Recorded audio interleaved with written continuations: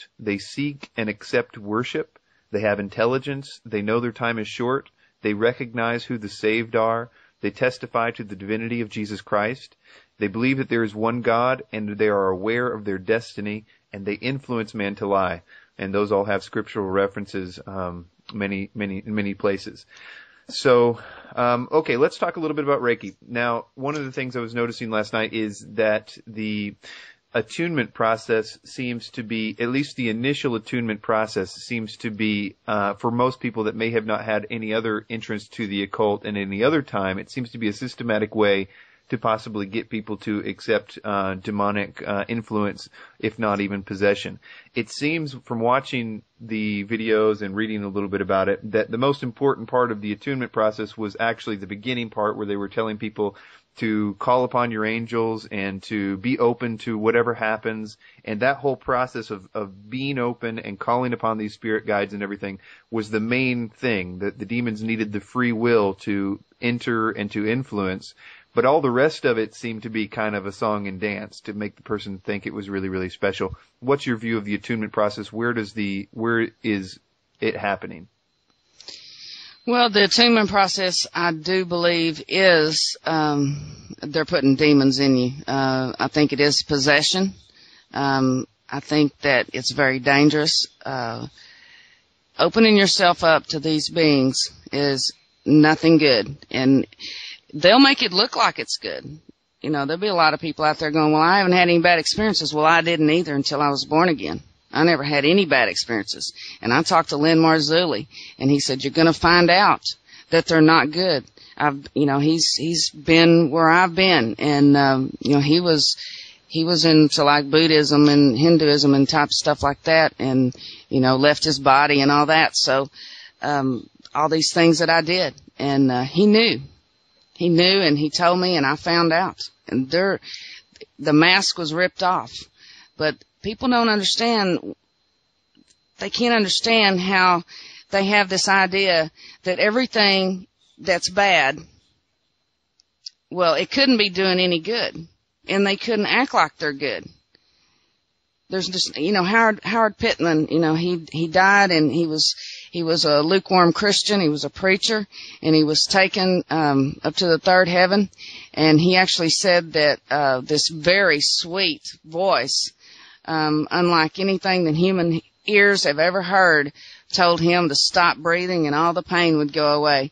And he snapped to, and he realized that it was Satan talking to him and trying to tell him to take the will away, to stop breathing. Because if he had done that, he very well could have gone to hell, because he was very lukewarm, and he woke up. But people just, Chris, I don't know, people just got to understand, we've got to test these spirits. If there's Christians out there doing Reiki, they've got to test the spirits. Now, you said you had a spirit guide or two. Now, how common is that in Reiki? Is that viewed as a very common thing to have a spirit guided? From what I saw, and everybody I knew that did Reiki, and the lady that was my quote unquote mentor, she talked with Abraham, and she was married, and Abraham got her up at 4:00 every morning and took her on an out of body experience. She was gone 2 or 3 hours. Now, how she could figure out if it's 2 or 3 hours or not, I don't know. I never understood that, because there is no time outside of this physical world right here.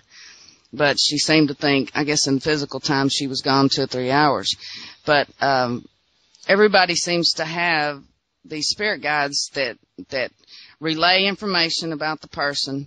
They will tell you where the person's sick, what's going on, if there's some kind of tumor, there's some kind of a stomach problem, there's some kind of a occlusion in the vein, there's just a lot of things. And a lot of times it has to do with past lives. There was one particular girl that I worked with, and she had a pain in her stomach area right below her rib cage for as long as she could remember.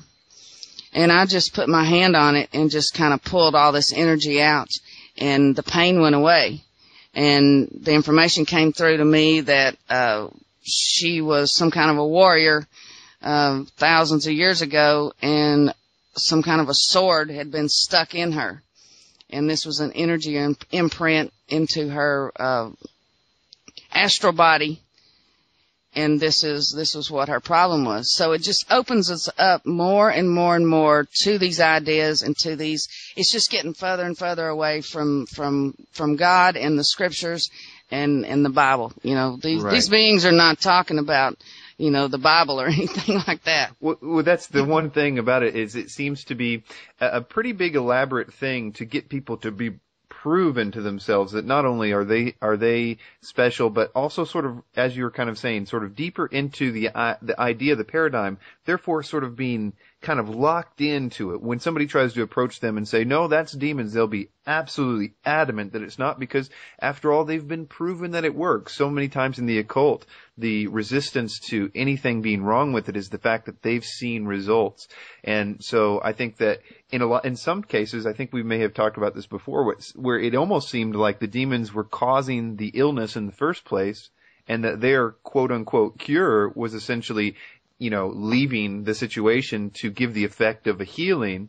Did you ever feel like that in retrospect, that the demons were actually causing some of the healing or causing some of the problems? I do believe that now. I do believe that they cause problems, so that, the deal is, whenever you get healed like this, just like my eyes, for instance, when I was getting Reiki treatments and I was deep into the occult, possessed to the toenails and everything, but I wasn't bad. I was not a Satanist. I didn't worship the devil. I was a good person. I can honestly tell you I was a good person. You know, I've heard people say that I'm a good person. I'll go to heaven. You know, I wasn't doing anything wrong. I was trying to help people. I didn't want to charge them, even though the beings kept saying to charge, but it's very deceiving that way. Very, very deceiving. It's beyond anything I can possibly even tell you how deceiving it is, because you just don't understand who you're dealing with. Right. Well, okay, let's look a little bit into the alien aspect of it. Now, that's a relatively uncommon thing, would you say? Or do you find in the community of Reiki that people were having a lot of these types of experiences? I guess as a broader question, do you find that people in Reiki are dealing with increasing levels of open doors and therefore spiritual contact? Well, talking about open doors, it all started, like I said, it started with me talking to the dead and learning how to do this and being a psychic and opening all these doors. And then I got into crystals and doing all this. And then those beings started talking to me that said they were circling the planet. And then that's when the alien beings come through, you know, said they were Arcturians, said they were blue and had they described, if you look up an Arcturian, they described exactly what most people say an Arcturian supposedly looks like.